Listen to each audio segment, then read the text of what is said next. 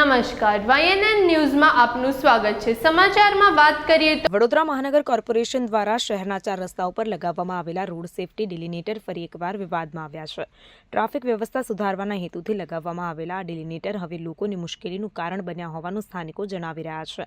શહેરમાં ઠેર ઠેર 4 રસ્તાઓ પર મહાનગર કોર્પોરેશન દ્વારા રોડ સેફટી ડિલિનેટર લગાવવામાં આવ્યા, પરંતુ જાણે આંખ બંધ કરીને આ ડિલિનેટર લગાવવામાં આવ્યા હોય તેવા દ્રશ્યો સર્જાયા છે।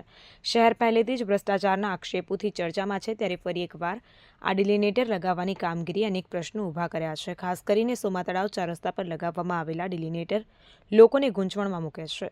અહીં કોઈપણ વાહન ચાલકને સ્પષ્ટતા નથી કે કયા માર્ગેથી પસાર થવું, તો બીજી બાજુ ડભોઈ, બોડેલી અને છોટાઉદેપુર તરફ જતા ખાનગી પેસેન્જર વાહનો સોમાતળાવ 4 રસ્તા પર અડીંગો જમાવીને ઊભા રહે છે। ટ્રાફિક ભારણ ઘટાડવાના પ્રયાસો વચ્ચે ખાનગી વાહન ચાલકોની દાદાગીરી સામે આવી છે। જ્યાં ડિલિનેટર લગાવવામાં આવ્યા છે ત્યાં જ વાહનો પાર્ક કરીને રસ્તો સંપૂર્ણપણે અવરોધી દેવાયો છે, જેના કારણે અન્ય વાહનો પસાર થઈ શકતા નથી। શહેરમાં નાના દબાણો સામે તંત્ર કાર્યવાહી કરે છે, પરંતુ આ પ્રકારના મોટા દબાણો સામે કોર્પોરેશન અને પોલીસ કેમ મૌન છે તે અંગે લોકોમાં ચર્ચા છે। સ્થાનિકોમાં એ પણ ચર્ચા ચાલી રહી છે કે આ ખાનગી વાહનો પાસેથી પોલીસ દ્વારા હપ્તાખોરી કરવામાં આવી રહી છે। ત્યારે લોકોની સ્પષ્ટ માંગ છે કે સોમાતળાવ 4 રસ્તા પર યોગ્ય ટ્રાફિક વ્યવસ્થા કરવામાં આવે, ગેરકાયદેસર પાર્કિંગ દૂર કરવામાં આવે અને રોડ સેફટીના નામે કરવામાં આવતી બેદરકારી સામે કડક કાર્યવાહી થાય, જેથી અકસ્માતોના બનાવો અટકાવી શકાય। જે કોર્પોરેશન દ્વારા આજે 4 રસ્તા પર આ વાહન ડિવાઇડ માટે મૂક્યું છે, લગાવવામાં આવ્યું છે, શું કહેશો? જે રીતે વાહનો અંદરથી નથી જતા અને અહીંયા પ્રાઇવેટ વાહનો પણ પડ્યા છે કેટલાક? સૌથી પહેલાં તો જે વડોદરા મહાનગર પાલિકા જે રીતે પ્રજાનો પૈસાનો વેડફાટ કરે છે, કારણ કે એમની પાસે કોઈ વિઝન નથી। આ વડોદરા મહાનગરપાલિકાની પાસે મન ફાવે ત્યારે એ લોકો ખાડા ખોદે, મન ફાવે ત્યારે ડાયવર્ઝનો નાખે, અને એ ડાયવર્ઝનો હું તમને જોઈ શકું છું કે હમણાં આખા વડોદરાની અંદર જ્યાં 4 રસ્તા હોય ત્યાં ડાયવર્ઝનનો આવી રીતના કાફલો મૂકી દીધો છે। હવે ખરેખર જોવા જાય તો આ ડાયવર્ઝન કેટલા દિવસ ટકશે? શું આ કોન્ટ્રાક્ટરોને ઘી કેળવવા માટે આ રૂપિયા વપરાય છે? આનું કોઈ પરમનન્ટ સોલ્યુશન નથી। આ છે એ માત્ર ટેમ્પરરી સોલ્યુશન છે। તમે જોશો તો આની પહેલાં હું જોઉં છું ઘણા બધા આ જે ગાડીઓ જાય છે તો આ બધા જે લગાવેલા છે તો એ તૂટી જાય છે, પ્લાસ્ટિકના લગાવેલા છે। એટલે મને એ નથી ખબર પડતી કે આ કોર્પોરેશન કરવા શું માગે છે। તમે આજે અચાનક જાગૃત થયા, આજની સુધીમાં તો છેલ્લા આટલા વર્ષો સુધીમાં કોઈ જગ્યાએ આ વડોદરાની અંદર આવા ડાયવર્ઝન નથી નાખવામાં આવ્યા, તો અચાનક તો વડોદરાને શું મહાનગરપાલિકાને સપનું આવ્યું કે આ ડાયવર્ઝન નાખવા નીકળી પડ્યા આખા વડોદરામાં?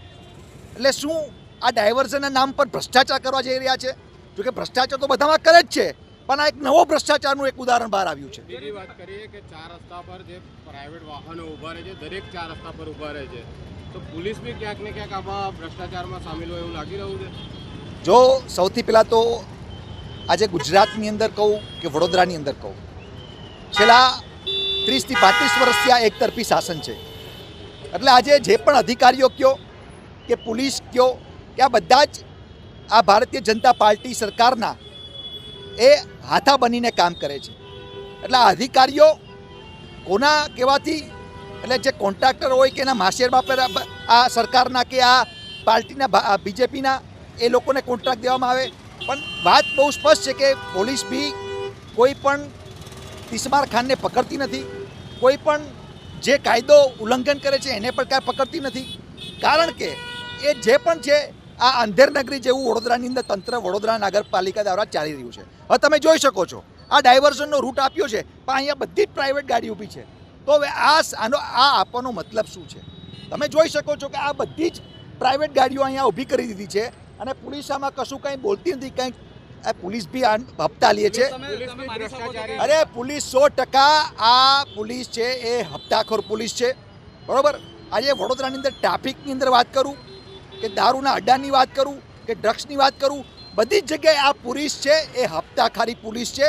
અને આ પોલીસ છે એ આ ભારતીય જનતા પાર્ટીને મને લાગે છે આ માલ મલાઈ એને પણ બોન્ડના મારફતે સપ્લાય કરતી હશે। ક્યાંક ને ક્યાંક કોર્પોરેશન અને પોલીસ મિલીભગત કરીને ભ્રષ્ટાચાર આચરી રહી છે આમાં। 100% હું તમને કહું છું કોર્પોરેશનના અધિકારીઓ તો ભ્રષ્ટાચારી છે જ.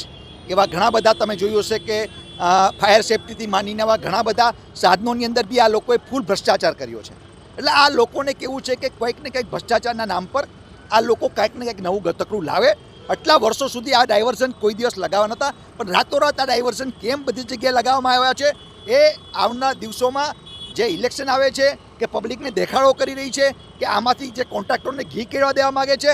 એટલે આ પોલીસ ને આ વડોદરા મ્યુનિસિપલ કોર્પોરેશનનું તંત્ર આ એક કુંભકર્ણની માફિક ઊંઘે અને ક્યારેક જાગે અને આ પ્રજાના પૈસાનો વેડફાટ કરે. એટલે ભ્રષ્ટાચારી આખું ગુજરાતની અંદર બધા જ ભ્રષ્ટાચાર થઈ ગયા છે. કોર્પોરેશન હોય કે પોલીસ વિભાગ હોય કે તમે કોઈ બી સરકારી વિભાગ હો, બધી જગ્યાએ ભ્રષ્ટાચારથી આ આખું ગુજરાત ને આખું વડોદરા ખતબદી રહ્યું છે. Subscribe now and press the bell icon. Never miss an update.